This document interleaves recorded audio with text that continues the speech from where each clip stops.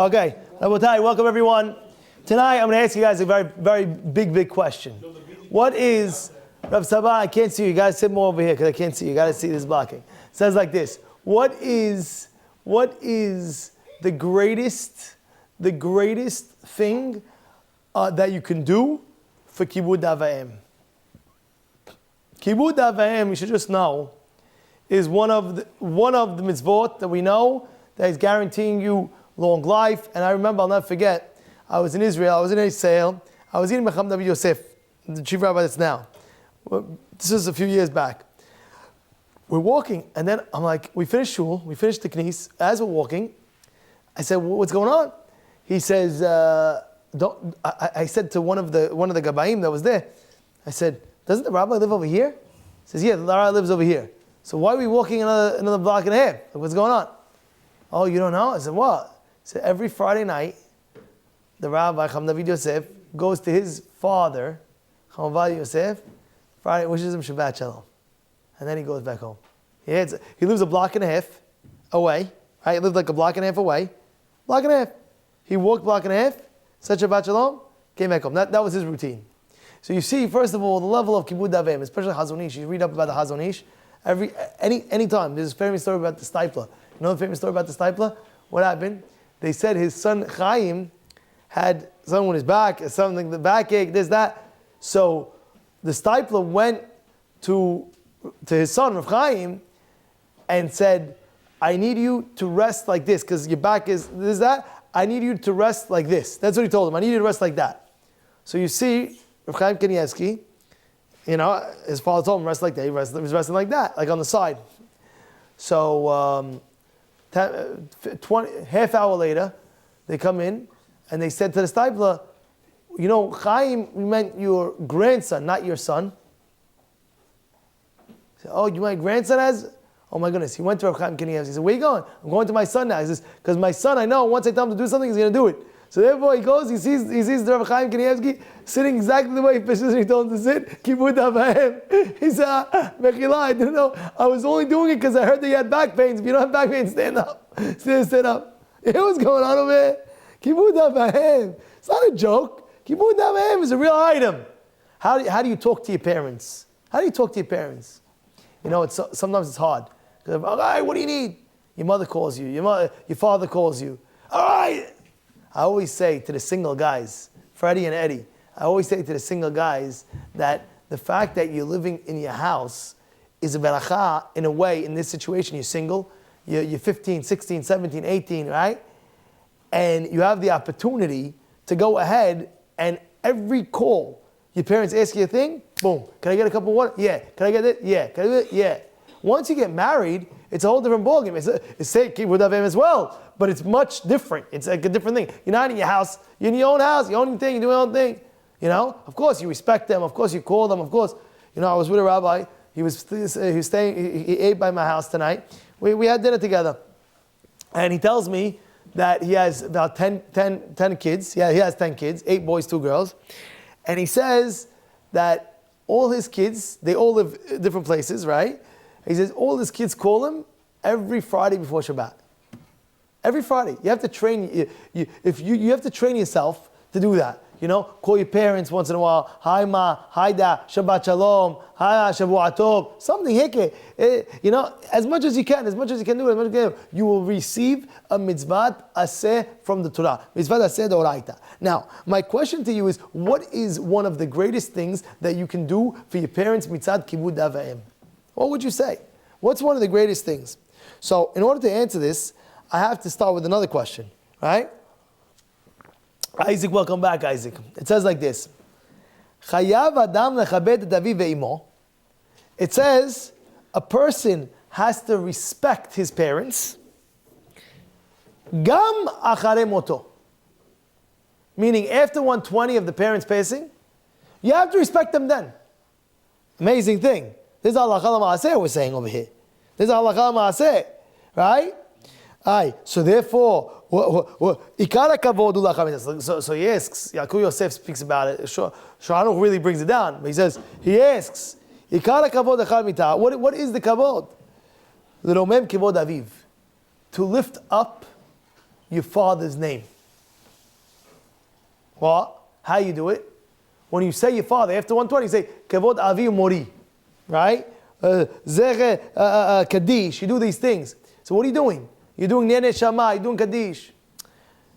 A person must understand, one of the greatest things that you can do for your parents is when you yourself are serving Hashem on a higher level. When a lady goes ahead and she elevates herself to be more tzeniut, or a man elevates himself, he learns more Torah, you should just know you are mechabed your parents. How you mechabed your parents?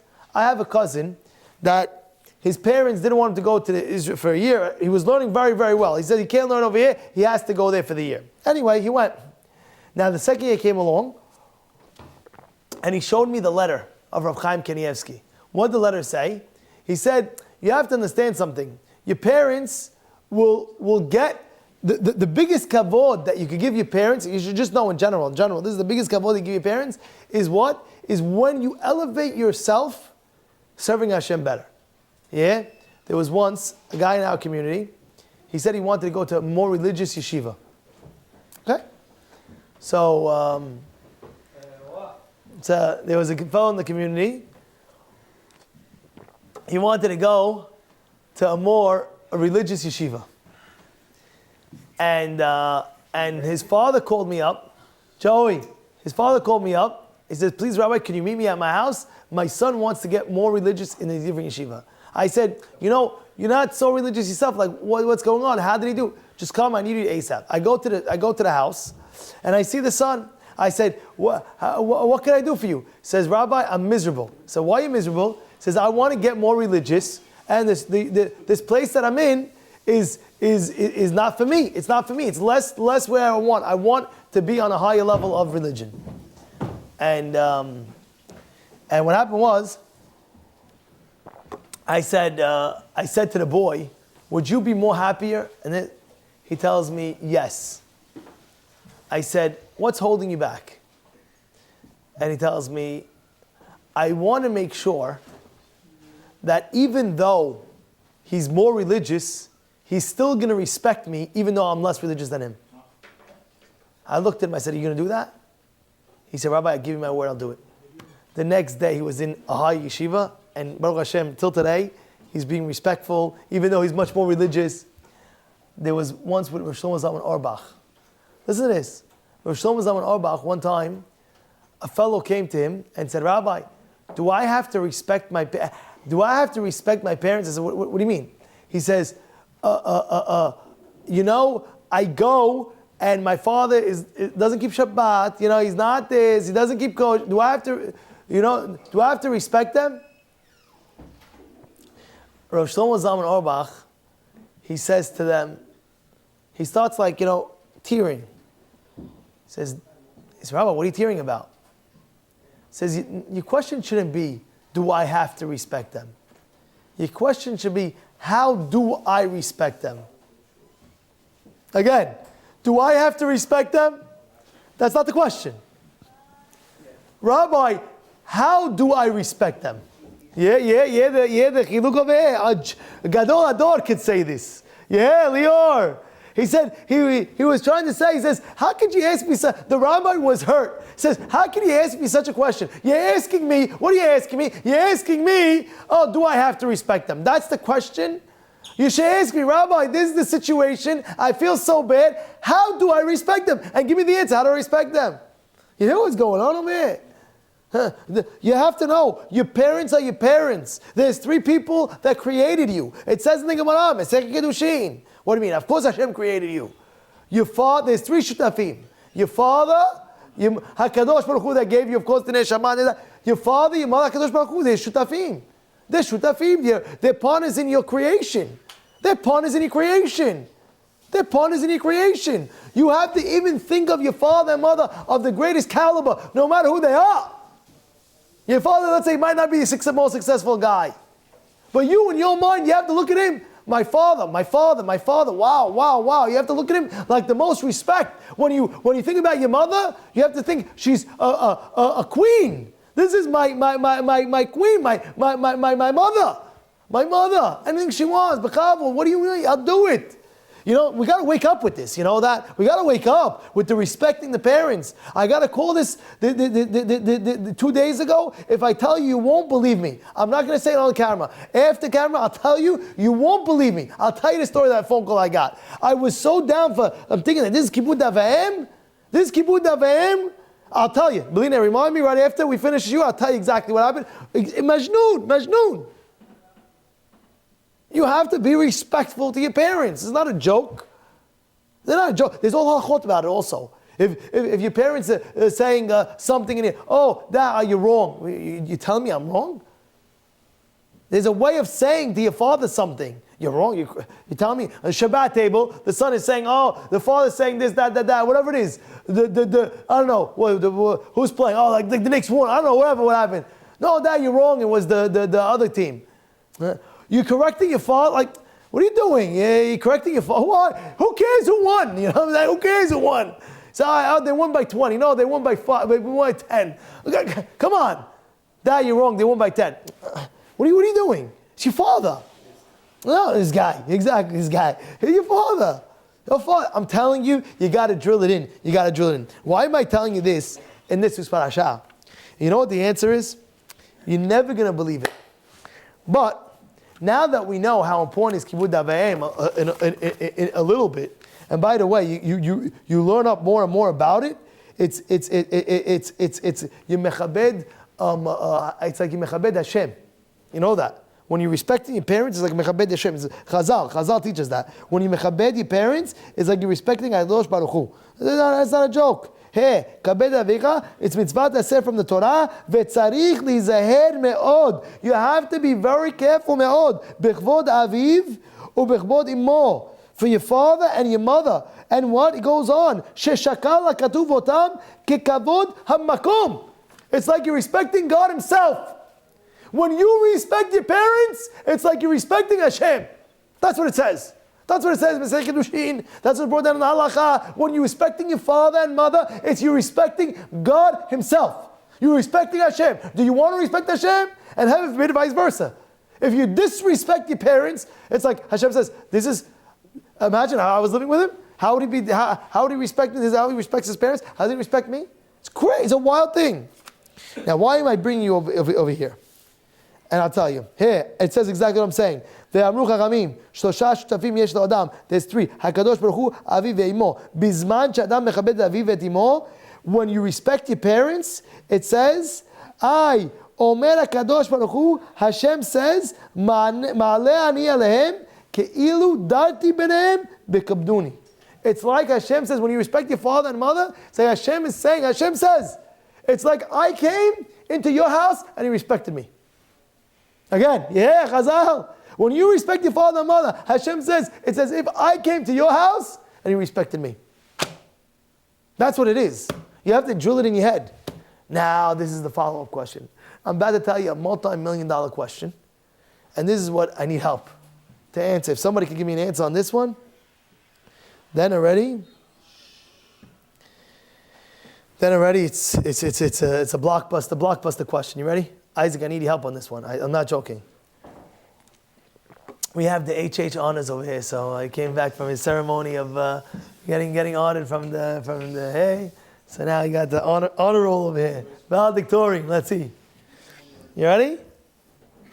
Since we see that Kibud Avaim is such a great mitzvah, so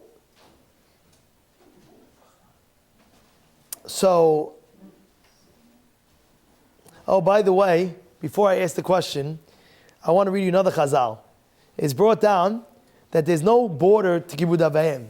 It's such a mitzvah. It's like there's no border. There's no like end to the mitzvah. It's like parents give this, parents do that, and it says the more you respect them, the more praiseworthy you are. V'makayem mitzvot Kibud Avaim zocher lanichut yamim v'shanim. You'll be zocher to live long. Not only you'll be zocher to live long, it says over here, you'll have oshed, you'll have wealth, you'll have atzlacha, yizkeh shebanav bnotav yichabdu oto, veyiru mimenu gam letziknoto. You heard? He says, when you get older, you respected your parents, you'll get it back. Your kids will respect you. Yeah? Yeah? You respect your parents, your kids will respect you. You want that, right? Okay, he's saying now generation. Now generation. Well, that's what he's saying. He's saying, but I'm just bringing out a point that what? Yizakeh, it's a schut. And if not, must be you didn't respect your parents. If you didn't get that, must be you didn't respect your parents correctly, huh?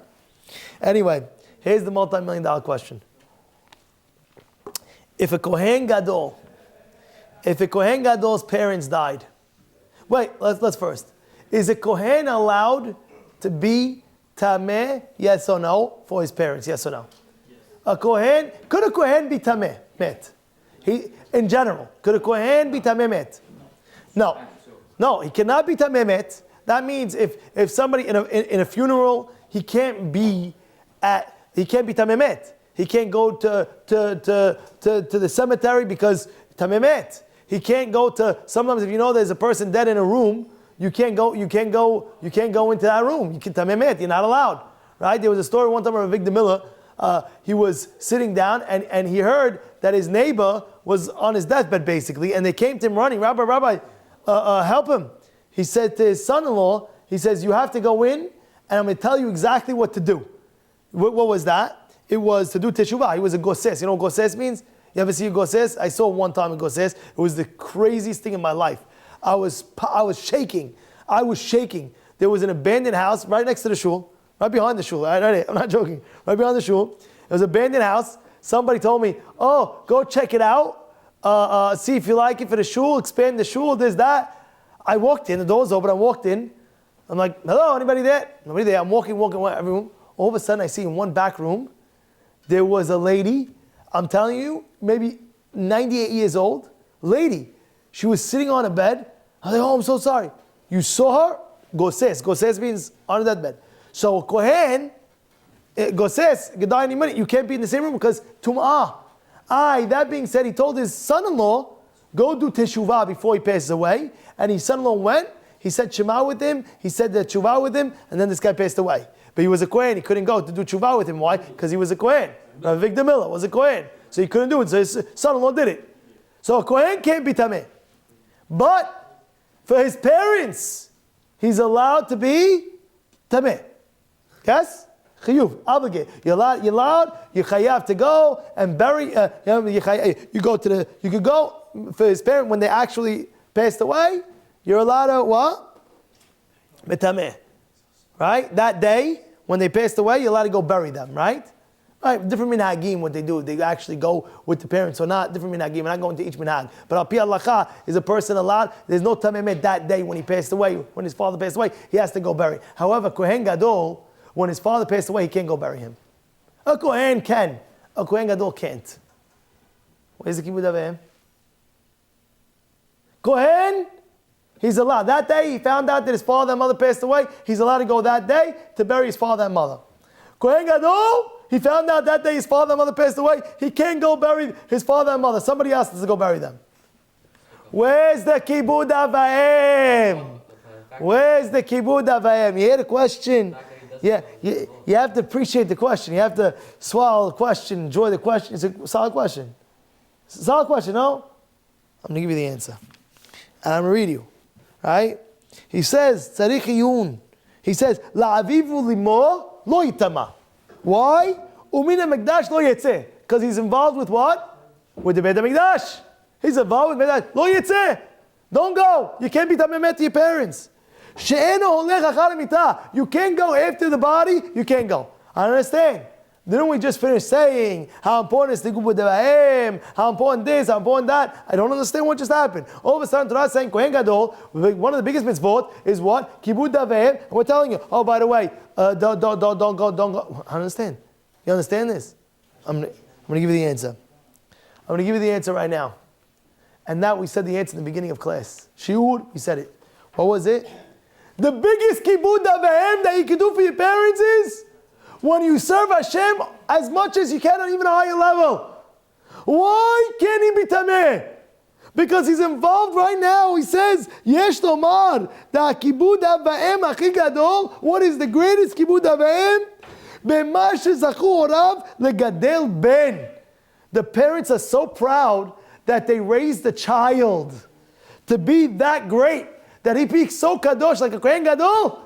That is the biggest kibud avaim that the parents have. Look, I raised my child to be a kohen gadol. Doesn't just happen like that. You have a chief rabbi. You have the biggest rabbi. You think it just comes like that?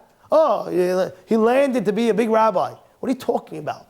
What about all the education that the parents instilled in the child? What about all the emunah that the parents instilled? You know, I was reading about Cham Baruch. They just came out with Cham Baruch. You know what his mother did? When he was a child and walking into Bezrat Yosef, his mother said to him, you know, in 2-3 days, you're going to start yeshiva. You know, when you walk into the doors, you're going to see the biggest Rabbanim, the biggest Chacham Ezratiyeh. You're going to be the biggest Chacham Kohen, Shalom Cohen's father, amazing Chacham Adeya. All these rabbis, he says they're not rabbis. They're angels in a body. You're going to see angels inside a human body. So now the little boy is going into yeshiva, opening up the door, seeing the biggest Rabbanim, and he's looking at them, that they're angels. My mother said that they're angels. My mother said that they're angels. And what do you think he's doing? Because his mother instilled in him so great who they are, you know what he's doing? He's sitting there and he's soaking in all the Divrei Torah. My mother said they're angels in a body. Oh my goodness. Mamash angels. They were mamash angels. You know, who could get to that level? You know, wow. Forget it. You have to say his name. You say his name. Now great? Wild. That's how they brought up. Daf Yomi, how do you think Daf Yomi started Daf Yomi? How do you think Daf Yomi started? They give credit to who? Of course, to Rameir Shapiro, who started it all. But who gave him the education to start? His mother. How? He was sitting one day, and his rabbi, you know, back in the day, didn't have the yeshiva like we have yeshiva. They would call a Rebbe, and they would teach him in the house. Call the Rebbe, you teach my son. One day, the Rebbe didn't come. So his mother goes to him and says, Meir, your Rebbe didn't come today? He said, no. The mother starts crying. Mom, what are you crying? I'll learn with him tomorrow. Whatever, everything's good. I'm healthy. Everything's good. I'll learn with him tomorrow. She says to him, you lost 1 day of Torah. You lost 1 day of Torah. I can't believe you lost 1 day of Torah. What is the child thinking? What? The mother instilled into the child what 1 day of Torah is. And later on, when he got older, you know what he said? He said, I don't want 1 day of Torah being lost. We're doing Daf Yomi every day. Everybody in the world is learning one Daf of Gemara. Where did he get it from? From the education of the mother. Because the mother instilled in him, you know, what's 1 day? What's going on over here? You're a mother. I was one time by I'll tell you who the rabbi after. He's much older now. He's maybe in his 60s. The rabbi finished Shas a few times. And one of the times when I was at his siyum, when he finished the Shas, and he invited me, I came to the siyum. Amazing thing that he said. He got up in the siyum and he said, I want to thank my mother. In the middle of the siyum, I want to thank my mother. I said, what's going on? He said, I'll never forget the first Mishnah when I was a little boy. I did one Mishnah. And my mother came to me, you know the Mishnah? Yeah, I did the Mishnah. You did only the Mishnah? I did the Mishnah. And my mother made me the biggest party. She got out the candy, the cookies, the drinks. I did only one Mishnah. But you're not understanding. You're instilling in the child. The education is in the parents giving it to the child. What he's doing. You know what you're doing? You know what it is? My kid, happened the other day. The other day, I told one of my kids, get me whatever it was, give me a cup of water. And they didn't go. I said, look, I'm going to ask you in 3 seconds, I'm going to ask your sister. 3, 2, 1, go get it. So you got to run for mitzvot. You got to train your kids. Got to run for mitzvot. $1 million deal. You're not going to go train mitzvot. Hashem is watching you. What, are you sketching me? And it's from the parents. The parents have to give the chinuch. The parents have to give the education to the kids. Don't rely on school. You yourself implant. And the more, repeat again and again the chinuch, how important it is. I'll never forget. I want to tell you something amazing. I first get married, and I went to the Mir Yeshiva dinner. And my father-in-law took me. He said, come. We went to the Mir Yeshiva dinner. Yeah, I think they were honoring that year. I don't know what happened, but we went. And I saw there was a lady there, and my father-in-law introduces me. This is Rav Avram Kalmanovich's daughter. Rav Avram Kalmanovich. That means Rav Avram Kalmanovich's daughter. Okay, it's big stuff. Very big. She looked at me and she says, Shalom Aleichem, how you doing? She hears my phone. What does he do? What is he doing? I just got married. He says he's learning the Kolel. You should see her face. I couldn't believe. She almost had a heart attack. Wow, I'm so happy. You have such a zechut that you have a son-in-law learning Torah. He's learning Torah.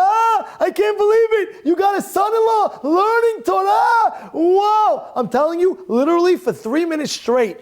Wow, what a zechut. How'd you get that zechut? Because you're such a good man. You got a son-in-law learning Torah. And I felt so great. I'm like, thank you. But I was thinking to myself, how did she react? It's like she won the lotto. Why? Because her father instilled in her, you know what Torah is? You know what Torah is? You know what Torah is? You open up the world. You know what Torah is? You know? It's not a joke. It's not a joke. It's a real thing. And therefore, if your son became Kohen Gadol, must be you yourself. You did something special. Must be you yourself as a parent. As parents, you educate him the right way. It doesn't go like that. It doesn't just happen like that. You know, oh, became a rabbi. You don't understand what the parents did.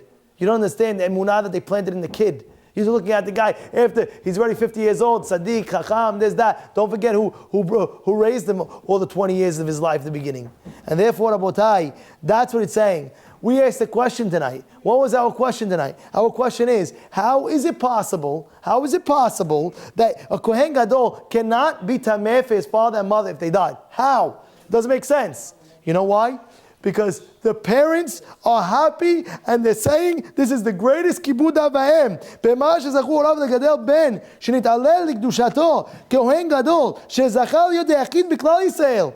He said he was the only one. How many Kohen Gadols do you have? How many Kohen Gadols? One Kohen Gadol. He was the only Kohen Gadol in the world. Wow, that's my son. So what do you want?